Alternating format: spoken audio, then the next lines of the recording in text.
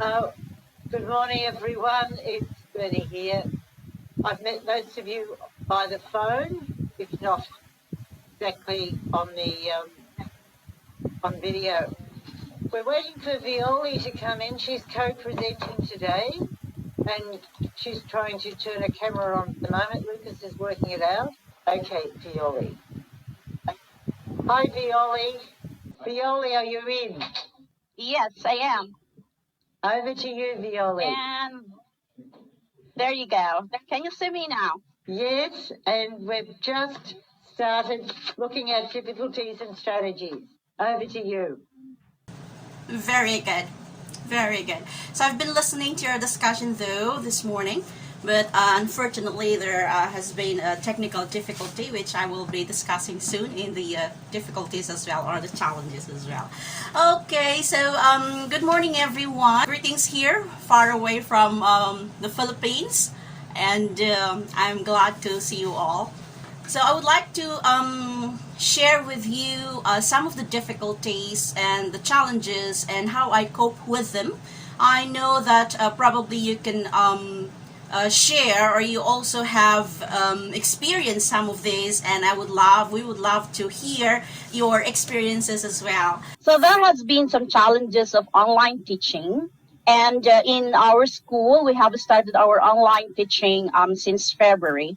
And when the students go back to school in China in April, I was not able to go back to China as well because of the difficulties, because of the border closure in China.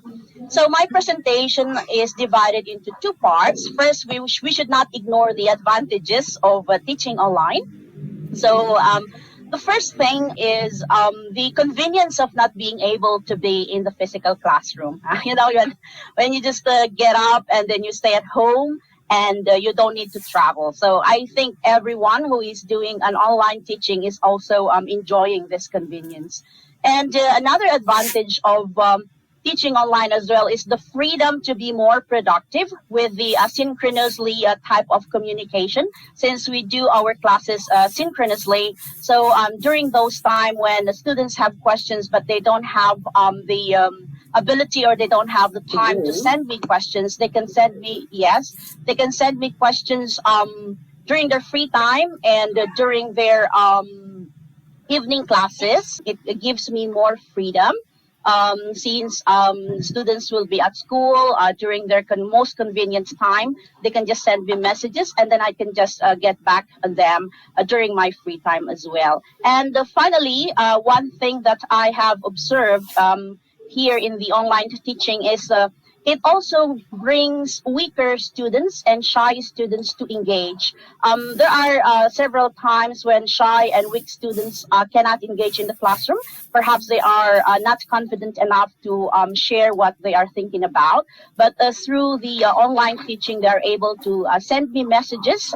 They're able to communicate with me. And that's one thing that I appreciate with the online teaching. However, with all those advantages of remote teaching, it also brings some challenges. All right.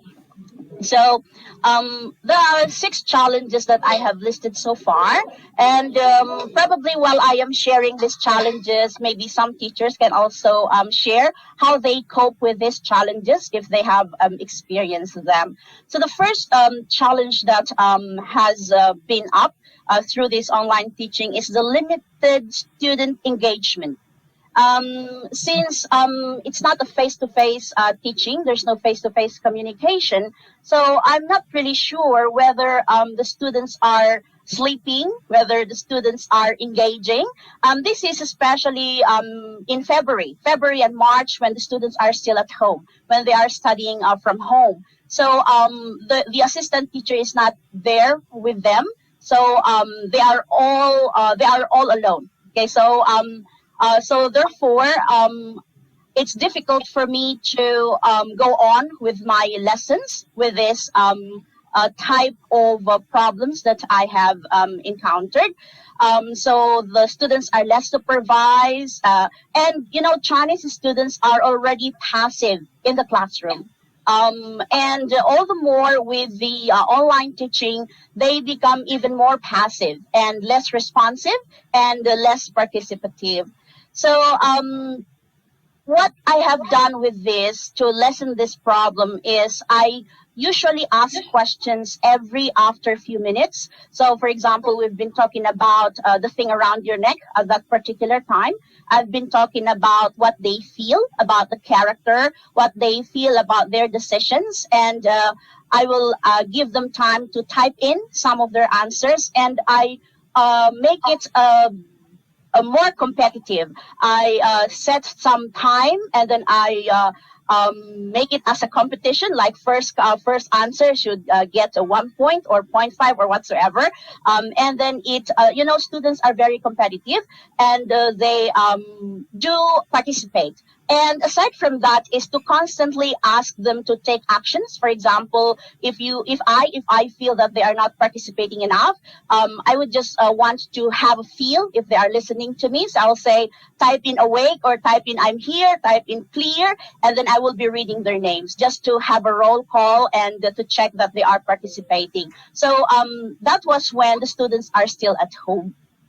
However, when they already went back to school in April, this problem has been lessened since Molly is there, my TA is there to assist me with the student participation. So also, during that time when the students were at home, they can also work in pairs because we have WeChat, and they can work in pairs, and I give them 2 minutes, 3 minutes to discuss a particular problem or a question, and then they will be sharing their answers as well in the chat room. So we were using Ding at that time, and we are also using Ding at this moment.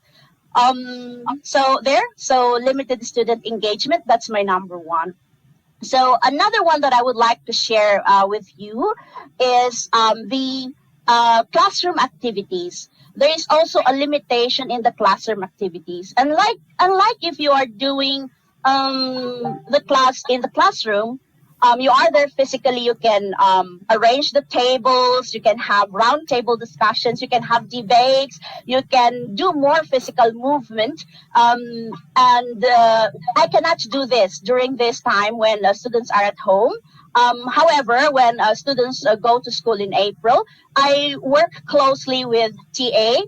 Molly is my like my mouthpiece, my hand, my arms, my eyes in the classroom. So I need to make sure that Molly is aware of my plans of if ever we're going to see a movie.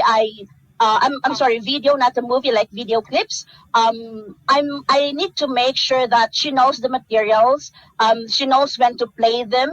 So we had a close can I say relationship?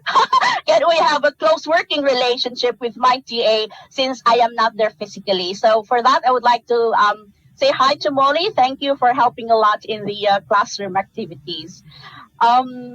Another one, number 3, perhaps that you also experience is the giving of feedback. Teaching online is too demanding, very demanding, much more demanding than teaching the students face to face, because teaching online, you are limited in the time to talk with the students. You are not there. You cannot see them on the corridor. You cannot just call them in the faculty room and talk to them. And so therefore, there is an overwhelming volume of activities of the students' homework, daily written activities. And as you know, EAL have a lot of writing to do. And it's a very overwhelming. The correcting, the marking of these paperworks are very time consuming. As an EAL teacher, you also need to take good care of yourself. Otherwise, you will not be able to sleep if you will mark this paper one by one. So I realize that I don't really have to correct every error that I see in the paper. I really don't need to mark or correct every spelling mistakes or grammar mistakes that I see on the paper. So otherwise, it will take too much of my time. and I won't be able to do some of the things that I need. So therefore, to lessen the burden of marking on my side, is I usually list down common errors and I give suggestions in class on how to improve them. However, it is also important. I found it that it is also very important to give a personalized feedback as well, to make sure that the student feel that you are talking to him directly and that you have given an effort to read the paper that she is writing. Otherwise, she will not be motivated to do it again because she might think that you are not reading the paper anyway. So I also give time on that, on giving individualized feedback.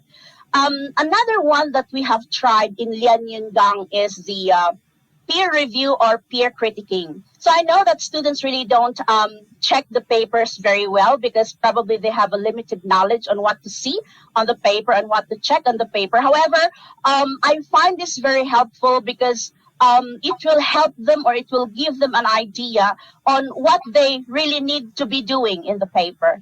And then after they will review or they will critique on their classmates' paper, I will be reinforcing on that. I will be showing the paper on the PowerPoint. I will ask Molly to take a picture of the papers and then I'll show them on the overhead projector. And then we will be looking at what is good, what should have been, what to be improved in this paper, what to be included, what are not to be included in this paper. So by doing this, I no longer need to check the papers one by one. And I guess one thing that I need to, that I can, not need, that I can share is to lessen the volume of the activities. There is creating models. I like creating models in class, and then they can compare their work to what we have done. And I usually ask them to give me those sentences. For example, we have a prompt. We were working on the thing around your neck before. So I put a prompt on my screen, and then students will be giving some ideas. We will brainstorm on them. I will write them on the screen. And then as a class, we will form a paragraph. So I will be asking some students what will be the topic sentence, and then we can choose the best topic sentence that we think it is. And then we will be giving some explanation and example. So the model is not really all written by the teacher, but it's a consolidated paragraph by the student or by the class. So in that way as well, some students are engaged because they can get points from that. They can get points for the participation. I always emphasize on points. Otherwise, my students will not be working if I don't say that they're getting points on this. And one more is the one challenge. One of the challenges is the sense of disconnection. Since I'm away, I'm not physically there. It's difficult for me to establish rapport with my students. I'm a new teacher at school. I've been in Lian Yun Gang since November, so I've been with the students few months before the holiday, and we are still on the stage of getting to know each other. And then after the holiday, I am not able to go back, and so therefore the relationship that we have been building before the holiday has. Maybe I can say there's no continuity with the relationship that we have been building. So that's one of the difficulties that I have. I don't know if they are really understanding what I am saying. There's no eye contact there because when I am teaching, when I use Ding, they can't see me. And they cannot see my facial expression, my gestures as well. So what I do to perhaps motivate them and to connect with me more, because I have this idea that if you don't like your teacher, you don't like to study the subject. So, therefore, I would like to bring back the relationship that we've been building. So what I do is I keep motivating them every now and then when I go to the classroom. By acknowledging their work. They like being acknowledged. Our students like to be acknowledged by acknowledging their work, by putting their work on the PPT, saying this is good, but we need to improve some. And then you can see their faces light up, the pride that they have. And so they keep giving work and keep improving as well, especially when I said giving personalized feedback to them. And one more thing is thanking them, congratulating them for being cooperative in class, even though some are not. Some are noisy or some are talkative. But I explain to them, or I congratulate them for being understanding of the situation, for being understanding of the situation that I am not there and they're just looking at the screen and they're just listening to the voice, just like what we are doing right now. And one more is the students' dependence on the internet. This was one of the challenges that we have encountered when the students were still studying from home. Because the internet is available, they can just not Google, but they can just go to Baidu. They depend so much on the translations, and therefore when they give their work to me, I am not sure whether this work is copied or they have done this on their own. So what we usually do is I give unannounced quizzes, and I ask them to complete the task within a limited time. So at least if they have cheated so far, perhaps it has been lessened. My take on it is it has been lessened because they didn't know that they're going to write on a particular subject or on a particular question on that day, and then they are going to answer few or short questions in a limited time, like 2 minutes, and then they're going to send the answers to me. And one last challenge that I have encountered so far, since I am living in the Philippines, our internet here is not stable. So there are times that the connection is not so good, and I need to turn off the. I need to leave the chat room, and then I need to get in again. And we also have some power interruptions here. So what I have done is I have purchased a standby generator. So because there were instances when I asked my TA to take good care of my class because I won't be able to get online. So one more suggestions perhaps that I can give is that I can share is always have a backup activity, because the technical issues are beyond our control. Even if you have power, but there are times that the internet is not cooperating well. So at least there is an activity that is ready for the TA to give to the students so they can still continue learning even if you are not giving instruction. So I hope that my sharing with you has given some ideas to other teachers so they can also apply it in their classroom. I am also very excited to hear your challenges so far. So I will turn the microphone to Bernie to take over. Thanks a lot, Violi. In the chat room, do we have any comments on your difficulties, etc., that you wish to bring up? But thank you, Violi, for allowing us to have some vision of how you go about preparing your classes and how you go about keeping contact with the students in terms of developing that relationship with them, even though you're still in isolation. Thank you. You're welcome.